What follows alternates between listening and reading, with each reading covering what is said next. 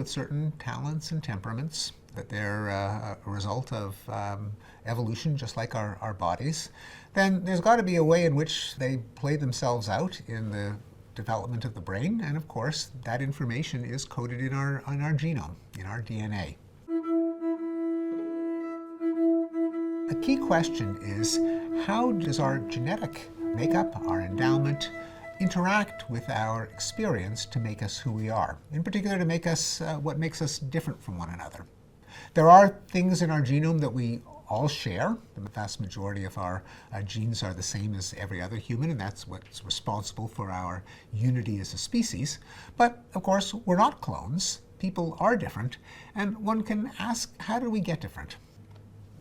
The chapter on children, on the development of children, in my book, The Blank Slate, was probably the most controversial of the 23 chapters, even though there were plenty of hot buttons in that book, such as politics and violence and sex differences and discussions of rape and murder and war and liberal versus conservative ideologies. There's a chapter of children that really got people hot and bothered. And it came from reporting what have come to be known somewhat informally as the 3 laws of behavioral genetics. Now, psychology doesn't have laws the way physics has laws, but there are findings that are so replicable over so many studies of hundreds of thousands of people that they almost deserve to be called laws. The first law is that all behavioral traits are partly heritable. What does that mean? It means that some of the variation within a culture between one person and another, what makes Jason different from Sam, what makes Emily different from Jessica, comes from differences in their genes. How do we know that? Well, nowadays we can have people drool into tubes and look at their DNA, and we find that there are massive statistical correlations between our thousands of genetic variants and any trait that we try to measure. But way before there was that technology, still really in its infancy, there were powerful but simpler methods of establishing the effect of genes. For example, you could compare identical twins who share all of their genes and their environment with fraternal twins who share half their genes and their environment. If the identical twins are more similar to each other than the fraternal twins, it suggests that their greater amount of genetic overlap has a role. And there are many complications and asterisks and digressions that have been worked out over the decades, but the finding is pretty solid. Or for that matter, you could look at the special case of identical twins who are separated at birth and raised in different families, sometimes different continents, and the finding is that they are remarkably similar, not indistinguishable, but more similar than two people who even grew up in the same family. So the first law is that all traits are partly, not completely, but partly heritable. Second law of behavioral genetics turns up in study after study.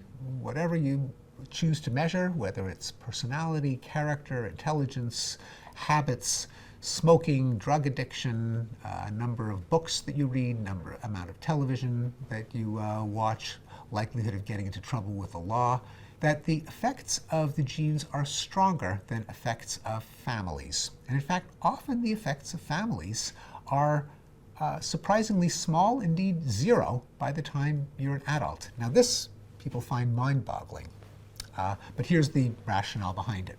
Remember those identical twins that were separated at birth and brought up in separate families? And they're pretty similar because they have the same genes, even though they were brought up in different families.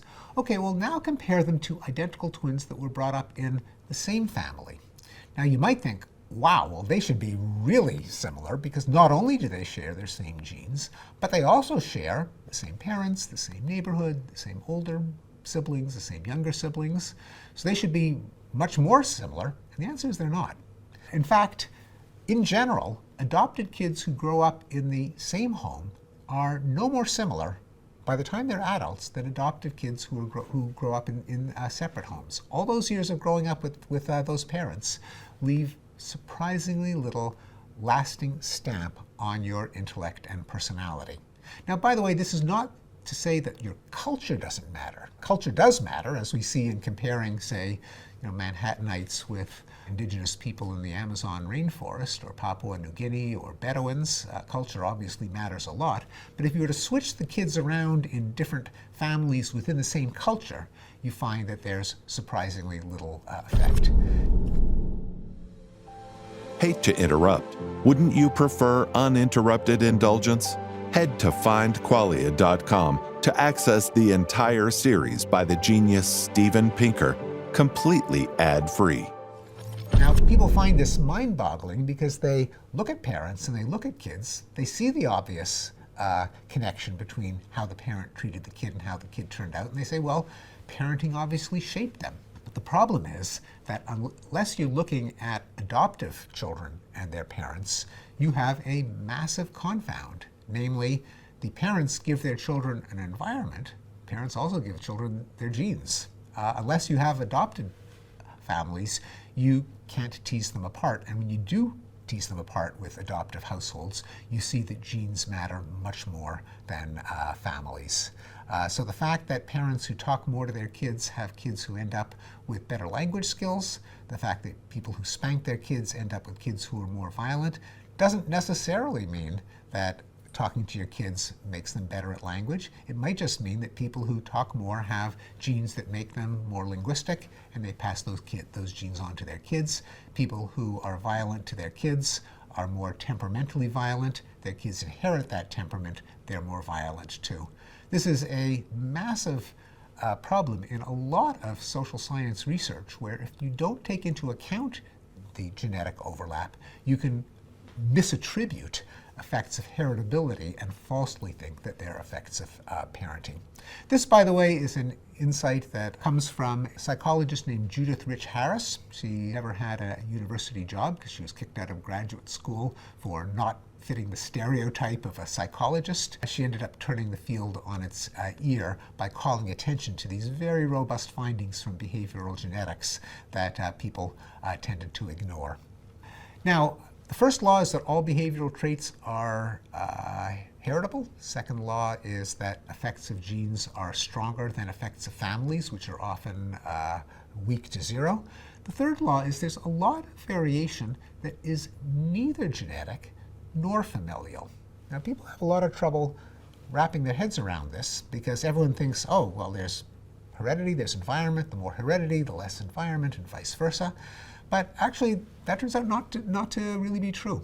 At least if you consider the environment to be something that you can really look at or measure, like the effects of families.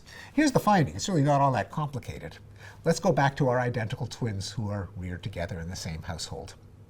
Okay, they got the same DNA, genes are the same mother, same father, same older siblings, same younger siblings, same number of books in the house, same number of TVs in the house, same teachers, same everything. So they should be absolutely indistinguishable. They should be, clones.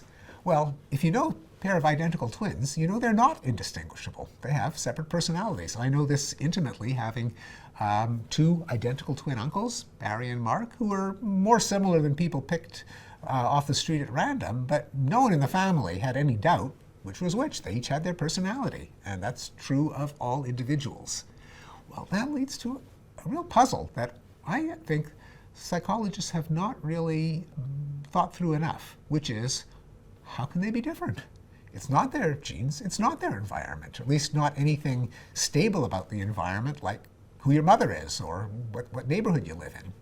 It suggests to me that there is a massive effect of chance on the development of who we are.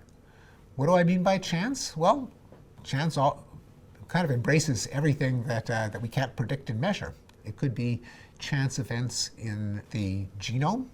New mutations happen with every baby, and when you have even identical twins who come from an egg splitting into two, there could be a mutation that develops in one fertilized egg and embryo, but not in the other. There are mutations that develop in our bodies as we grow and develop that could be different in the two twins.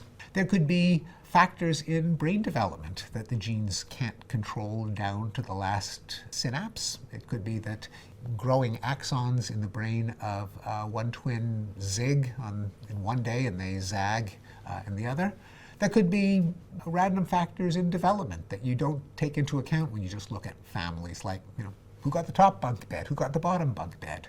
Did one child get chased by a dog one day and the other one not, or get teased by his friends or picked on by a bully? All of these things seem to add up to make us who we are in a way that we could never really pin down in our own autobiographies, that we could never pin down in most scientific studies, but may have a huge effect in who we are.